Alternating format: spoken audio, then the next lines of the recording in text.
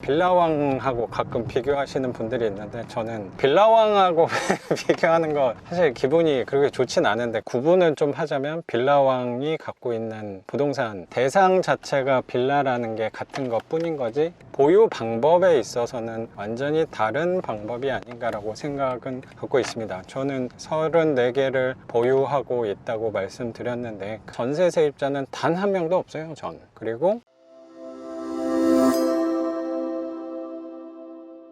안녕하세요, 작가 반재생입니다. 오늘은 오랜만에 차에서 찾아뵙는 것 같습니다. 최근에 낙찰을 하나 받아서 그 집의 명도를 하고 돌아가는 길입니다. 이번 낙찰은 순서로 하면 34번째 물건이 낙찰이 된 거예요. 30개가 이제 넘으니까 개수를 세는 건 그렇게 의미가 없다는 생각이 들고, 가끔 저한테 말씀하시는 분들이 도대체 몇 개까지 낙찰을 받을 거냐라고 질문을 하시는 분들이 종종 계셔서 몇 개까지 해야겠다라는 그런 생각은 없어요. 제가 하는 일이니까, 제가 하는 업이 부동산 경매 쪽에 몸을 담고 있으니까 숨을 쉬고 있는 동안은 입찰은 계속하고 낙찰은 받을 생각을 갖고 있습니다. 집의 개수가 많아지니까 가끔 비교하는 분들이 그러다 빌라 왕 되는 거 아니냐라고 말씀하시는 분들도 있는데, 뭐 많다면 많고 뭐 적다면 적을 수도 있을 것 같아요. 빌라 왕들 보면은 몇천 채 이렇게 갖고 있는데, 몇천 채 될 때까지 할 거냐, 욕심 엄청 많은 것 같다라고 말씀하시는 분들도 있는데, 뭐 욕심이, 저도 뭐 많은 사람이겠죠. 많은 사람이니까 꾸준히 집을 계속 쌓아가면서 낙찰을 받고 있다고 생각도 들어요. 욕심이 없는 사람이면 이렇게 하지 않을 거라고 생각도 들어서,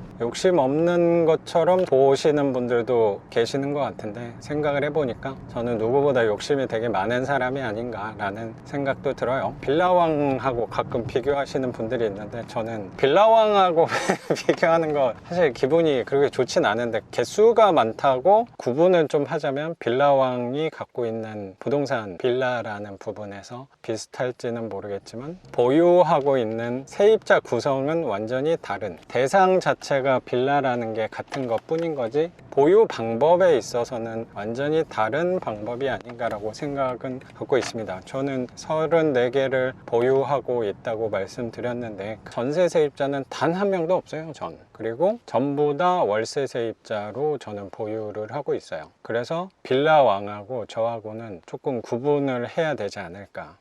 개수가 많으면 또 어떤 점에서는 빌라 왕이라고 할 수도 있겠죠. 근데 제 교육생 중에 저보다 집 개수가 많으신 분들도 있으니까 일반 사람들보다는 많을 수도 있는데, 또 그렇게 많은 게 아닐 수도 있지 않나, 그렇게 위안을 하는 것 같습니다. 34번째 부동산은 인천에 낙찰을 받았고, 경매 성지라는 인천에, 그리고 이번에는 지상층 빌라로 한 거고, 낙찰가는 8,300 정도의 낙찰을 받았고, 계획은 당연히 월세를 받을 계획을 갖고 있습니다. 그리고 세입자한테 명도 확인서는 오늘 잘 주고 비밀번호도 받아서 눌러봤는데, 경매 신청하신 지 거의 2년 가까이 됐던 집이더라고요. 그러다 보니까 여기 도어락에 배터리가 다 돼서, 잘 알고 계시겠지만 이렇게 배터리가 없을 때는 근처에 편의점 가서 9V 건전지를 가지고 저기 단자에다가 갖다 대면은 전원이 들어오니까 문을 여시면 될 것 같습니다. 이분은 보안을 아주 중요하게 생각하셨던 세입자분인 것 같아요. 도어락을 2개나 또 쓰고 계셔가지고, 이 집 같은 경우는 관리도 되게 잘 돼 있는 것 같아요. 연식은 2000년 초반식 빌라긴 한데, 이렇게 CCTV도 설치되어 있는 게 관리는 되게 잘 되고 있는 빌라구나 라고 생각이 좀 들었습니다. 전기가 들어오지 않아서 보통 두꺼비 집이 내려가 있는 경우가 많거든요. 근데 한전의 특징이 웬만하면 전기 단전을 시키진 않거든요. 두꺼비 집을 확인을 해봤는데 전원이 올라가 있어서 전기 공급이 끊겼구나 라고 생각이 들어서 복도로 내려가서 전기 계량기를 이렇게 한번 봤더니 역시나 전기 계량기가 철거가 돼 있네요. 이 부분도 궁금하신 분들이 있을 텐데, 이거는 굉장히 간단한 부분이라고 생각이 들어요. 한전에 전화해서 연결해 달라고 하면 무료로 설치를 해 줄 거라고 생각이 듭니다. 그래서 내일 한전에 연락해서 전기 계량기만 설치하면 아마 전기 공급은 바로 될 거라고 생각이 들고, 어차피 제가 지금 집을 내놓을 수가 없거든요. 임차권 등기가 있는 선순위 세입자인 경우에 배당기일 이후에만 세입자가 돈을 다 받아가야지만 임차권 등기 말소 매수를 할 수 있어요. 지금 배당길이 2달 정도 남았기 때문에 서두를 필요가 없는 집이라고 생각이 들어서 얘는 천천히 수리를 할 생각을 갖고 있습니다.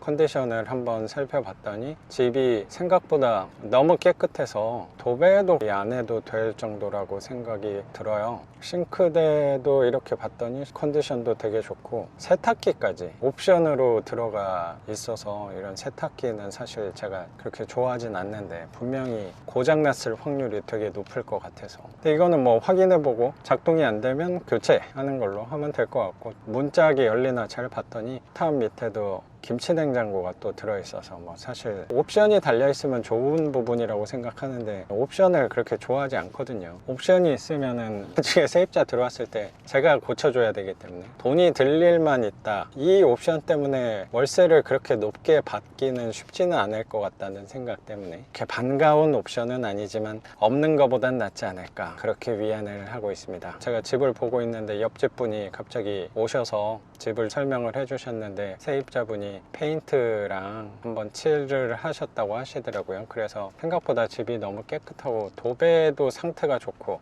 바닥도 컨디션이 좋아서 여기는 그냥 바로 집을 내놔도 되지 않을까. 근데 임차권이기 때문에 사용 수익을 지금 할 수 없는 부분이 약간 불편하긴 한데, 이 부분은 제가 조절할 수 있는 부분은 아니니까 시간이 지나면 해결해 줄 부분이라고 생각이 듭니다. 지금은 차라리 배짱을 부려서 아예 내놓고 기다려 봐도 좋지 않을까 생각도 듭니다. 화장실 이런 데도 깨끗하고 완전 올수리한 화장실은 아니지만 그래도 뭐 요 정도 컨디션이면 훌륭하지 않을까 생각이 좀 들고, 방 3개로 알고 제가 입찰을 하긴 했는데 하나가 점오룸이고 여기 보니까 미닫이문 있는 방이 하나 있더라고요. 이 방 같은 경우는 이렇게 의미 없는 방이긴 한데 아예 분리된 방 하나가 더 좋긴 한데, 이 방 역시 없는 것보단 낫다. 문을 이렇게 한번 제가 닫아 보니까 문이 잘 또 닫히지 않아서 샤시도 수리를 맡게 될 것 같아요. 나머지 방들은 약간의 오염이 있지만 이런 부분은 신경 쓰지 말고 바로 그냥